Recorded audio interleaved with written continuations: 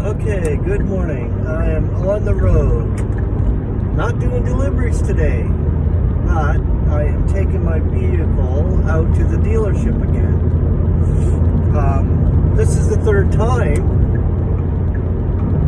since I got it that these brakes are not acting right.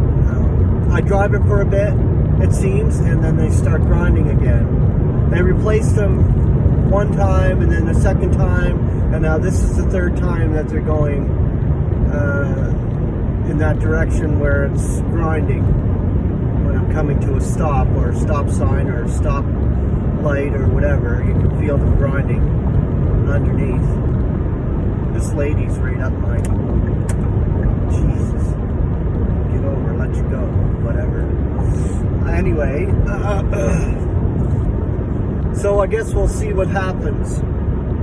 I know one thing, I'm not paying for them. They either need to give me new brakes again, and make sure they're done right, or give me another vehicle. Hopefully it works out. It always works out. God is gracious. And we're living in an administration of grace. I'm not reading anything today, but I'm going through something in that book, The Writings of Meyer, that I'm going to share. It's our first revelation of grace, or the first revelation of grace. And I believe that was given to Saul of Tarsus on the road to Damascus. The overwhelming power of the glorified Christ arresting him and knocking him off his horse and blinding him for 3 days. If any candidate, or human candidate, I should say, deserved the opposite, it was Saul of Tarsus. He called himself the foremost of sinners. So, for us, when we come into a realization of the grace of God and the love of God, being a believer, it should overwhelm you. If you are a true believer, it should overwhelm you, the grace of God. Knowing that you deserve the opposite, the total opposite. You know, we can go on and say our lives are this, our lives are that, they're so darn hard, blah, blah, blah, and complain and bellyache all our time while we're on this earth. But when we actually realize the grace of God and we're overwhelmed by it, it takes us low. It takes everything away of self. You come to the end of yourself.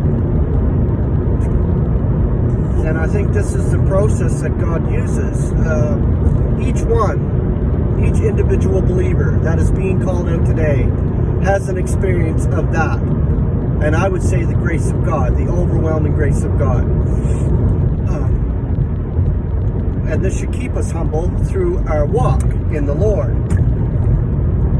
He takes us through valleys and mountains and hills and roller coaster rides, but it's so important. How could we ever come to maturity if we didn't realize at first our calling by the grace of God? It's by grace. It's a gift. God's gracious gift that He gave us to call us as believers. And we're given this to give it out. We're given this to illuminate it to the rest.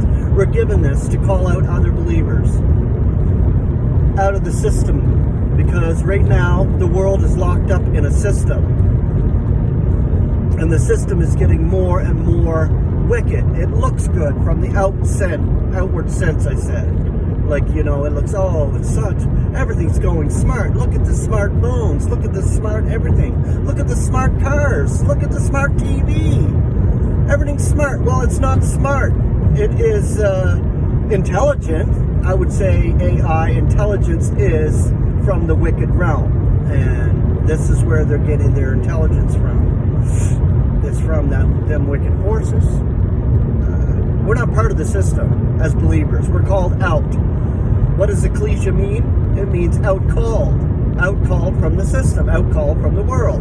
We're in it, not of it. And our walk should reflect it that way.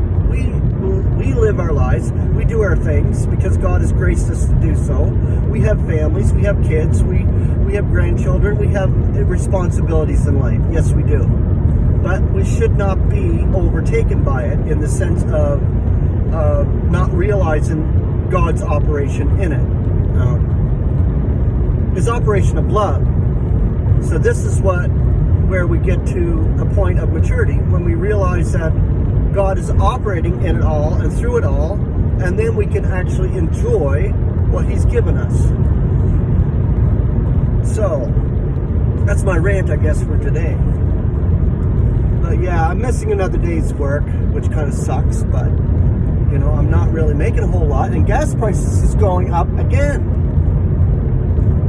It went up another 10 cents, so it's almost at $2 Canadian a liter. Whatever that is around the world, I don't know, like the gas prices have gone up in the United States. I don't know what they are there. It's gallon there, it's not liter. But yeah, so it's really tough. I mean, I'm working my ass off just to make enough to survive. I'll put it that way. And I thank God for the job, don't get me wrong, and I thank God for the provision. Yes, I do. But it's tough. It's hard.